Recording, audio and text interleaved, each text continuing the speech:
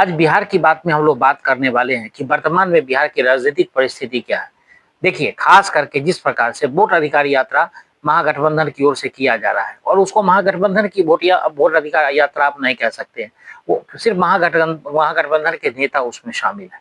लेकिन जिस प्रकार से राहुल गांधी ने तेजस्वी यादव के प्रोग्राम को हाईजैक किया और हाईजैक करने के बाद सारा क्रेडिट खुद ले लिए, तो इससे ये साबित होता है कि कांग्रेस जो अपना बिहार में फिर से वर्चस्व बनाने की कोशिश कर रही है, इसे सीधा सीधा साफ हो गया है कि आपस में कलह इनके बीच में बढ़ती जा रही है। अब तेजस्वी यादव को उन्होंने सीएम पद घोषित नहीं किया। वो इंतजार कर रहे थे कि राहुल गांधी इसी वोट यात्रा के दौरान हमें सीएम पद घोषित कर देंगे, लेकिन राहुल गांधी ने ऐसा नहीं किया, तो मजबूरन तेजस्वी यादव को सभा में बोलना पड़ा कि भाई सीएम तो हम ही बनेंगे। तो आप देखिए कि किस प्रकार का ये गतिविधियां आपस में हो रही हैं। अभी सीट बंटवारा फाइनल नहीं हुआ है। सीट बंटवारा फाइनल होने के लिए बहुत जरूरी चीज है कि आपस में सहमति बनना। एक मुकेश सहनी है जो सिरदर्द बने हुए हैं। मुकेश सहनी चाहते हैं कि कम से कम 40 सीटें हमें मिले, तो 40 सीट मैनेज करना महागठबंधन के लिए बड़ा ही मुश्किल हो रहा है। वो इसीलिए कि महागठबंधन को लगता है कि 40 सीट मुकेश सहनी ले जाते हैं और उनके जो उम्मीदवार हैं वो उतने दमदार नहीं हैं जो चुनाव निकाल सकें या महागठबंधन को जीत की ओर अग्रसर कर सकें। तो इन तमाम चीजों को आप देखेंगे तो एक तो वो परेशानी है। 50 सीटों का डिमांड जो है वो वाम दल ने रख दिया है, तो 90 सीट तो लगभग यही हो जाती है। और 70 सीट ले जाना चाहते हैं राहुल गांधी, कम से कम। ऐसे 100 सीट पप्पू यादव के हिसाब से कहें तो 100 सीट की बात हो रही है, लेकिन वो 70 ही मान लेते हैं। ऐसे तो आरजेडी 50 से ज्यादा नहीं देना चाहती है पिछले बार के उनके परफॉर्मेंस को देखते हुए। तो आप इस सिनेरियो को अगर देखेंगे तो मान के चलते हैं तो 70 भी तो 150 सीट ये हो जाती है, तो लगभग 100 सीटों से कम बचेगी आरजेडी के लिए। तो आरजेडी जो खुद 140 सीट पर लड़ना चाहती है उसका क्या होगा। दूसरी बात कि जो कांग्रेस समर्थक हैं उनको लगता है कि इस बार हमारी सरकार बन रही है, इस बार हम नीतीश कुमार को हरा पाएंगे। बड़ा बेसिक सा सवाल है, क्योंकि वोट अधिकार यात्रा में चाहे कंट्रोवर्सी कुछ भी रहो, सारे मामले में मतलब उसकी जो है वो सब लोगों के सामने आ गया है कि कितना सच और कितना झूठ है, वो सब लोग जानते हैं। सारा सिनेरियो सबके सामने साफ हो गया है कि राहुल गांधी ने जितने दावे किए उसका क्या हो रहा है। दूसरी बात, उसमें चौंकाने वाली बात है कि वोट अधिकार यात्रा खत्म हो रही है और चुनाव आयोग को जितने भी पत्र मिले हैं, जो शिकायत मिली है, उसमें वोट जोड़ने से ज्यादा वोट काटने के मिले हैं। तो या तो वोट चोरी हुई नहीं, अगर हुई तो नाम क्यों काटे जाएंगे, या तो चुनाव आयोग सही था। खैर, ये तो उनका इंटरनल चुनाव आयोग और राहुल गांधी का मामला है। बिहार के परिप्रेक्ष्य में ही बात करते हैं।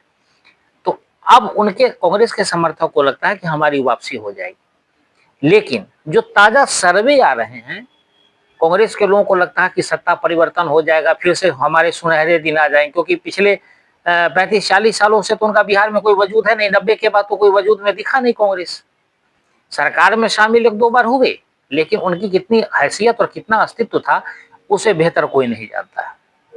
काफी विषयों पे बात होती है बिहार में, फर्टिलाइजर को लेकर के बात होती है, जो अनाज बंटता है उस पर लेकर के बात होती है कि फलाने जिला में नहीं मिला, कई जिलों का नाम भी आता है।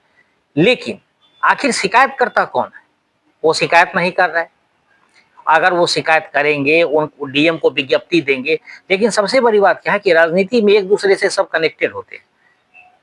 हमाम में कहते हैं ना कि सब नंगे हैं, वही स्थिति है। तो क्या हो सकता है ये सबको मालूम है। हर नेता एक दूसरे के यहाँ आना जाना, खाना पीना सबका लगा रहता है, लेकिन जब चुनावी मुद्दा होता है तो बरसाती मेढक की तरह सब अपने अपने इलाके में अपनी अपनी आवाज उठाते हैं। तो सिंपल सी बात है, इस बात को समझना इतनी बहुत बड़ी बात नहीं। अभी बिहार में बात हो रही थी कि अभी फर्टिलाइजर का इतना हो गया, बीज नहीं मिल रहा है, खाद नहीं मिल।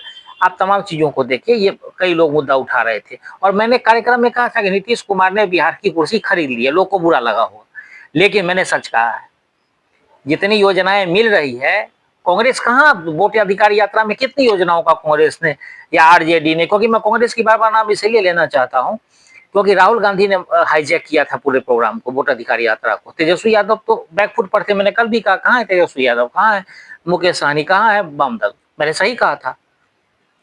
तो आप इस बात को समझिए। उसमें सबसे बड़ी बात है कि कोई अब योजनाओं की घोषणा नहीं हो रही है। पहले बिजली की बात होती थी, माई बहन योजना की बात होती थी, रोजगार की बात होती थी, ये सारे मुद्दे गायब हो गए, पलायन के मुद्दे गायब हो गए। कन्हैया कुमार ने जो मुद्दा उठाया था वो सारे गायब हो गए, नदारद है। कहीं नहीं इन मुद्दों पे चर्चा हो रही है। तो ऐसा क्यों हुआ विपक्ष के साथ? आखिर ये गलती विपक्ष क्यों कर रही है? उनके लोग जो जनता के बीच में गए, अब जब वोट अधिकार यात्रा हुई, 50 जिलों से आप होकर के गुजर लिए और कहीं कुछ बताया ही नहीं। जहां से यात्रा गुजर के जाती है तो लोग कहते हैं कि भाई इसमें तो ये तो बाहरी लोग थे। 250 गाड़ियां यूपी से आई, 150 गाड़ियां झारखंड से आई, उसके बाद 150 से ऊपर गाड़ी बंगाल से आई।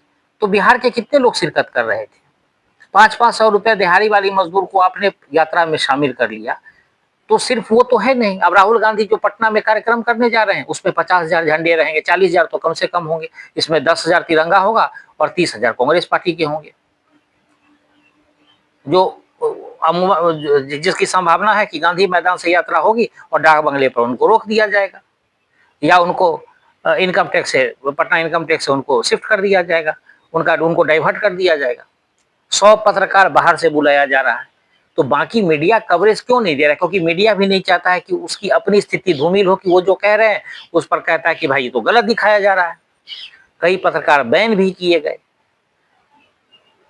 तो आप ये समझ लीजिए कि कांग्रेस को निंदा पसंद नहीं है, लेकिन अपनी गलती से कांग्रेस सीख सकती है। अगर 2029 की जमीन की तलाश हो रही है, अब ये मैं तो खुल के कह सकता हूं कि इस चुनाव में जो स्थिति है कांग्रेस की, अपनी स्थिति है, वो बहुत बेहतर नहीं है। तो 2029 के लिए अगर राहुल गांधी जमीन तलाश रहे हैं तो राहुल गांधी को सही मुद्दे पर आना होगा और झूठे नैरेटिव से बाहर निकलना होगा।